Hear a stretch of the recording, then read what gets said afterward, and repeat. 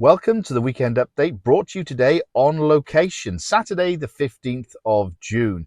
I've had a wonderful day. We've been looking at prospective properties and we've been looking at existing projects. It's been a wonderful day out with mentees, having great fun, doing what we enjoy the most.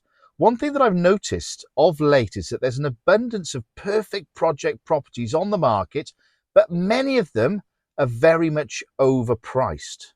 Now, this stems from the fact that people are being far too optimistic with what they want for their properties. The majority of the properties that we tend to look at are mainly bereavement sales. So the vendors selling them are quite often the beneficiaries of the will. Now, these people have no intention of ever living in these properties. They probably haven't got the inclination to refurbish them. So therefore, they've got to sell them. And they're only going to sell them if they are willing to accept a realistic price. So here's my advice. Find the right property, the right place, and disregard the asking price. Yes, I've said it. Disregard the asking price.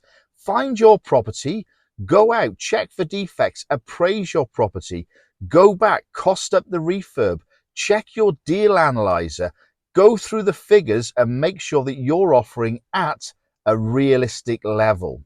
Now, these people will have to accept a realistic offer for their property. So even if they've gone to the estate agent, and for example, the estate agent has said your property is worth 100,000, they've turned around and said, no, we want 120. A good estate agent will show them the reason why they won't get that figure and therefore won't waste time.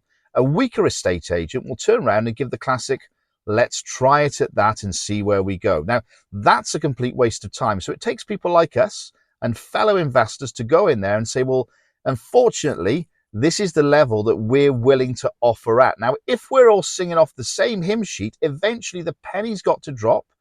The vendor's got to accept the fact that the property's not worth what they thought it was, and therefore now they're paying council tax, they're paying insurance on the property. They want it gone and they want to bank the money. So let's get them to accept our offer on the property. More to come on offers and how to present these to estate agents in the coming days. I hope you've enjoyed your weekend and I hope that it's been a great one for you. Thanks, guys.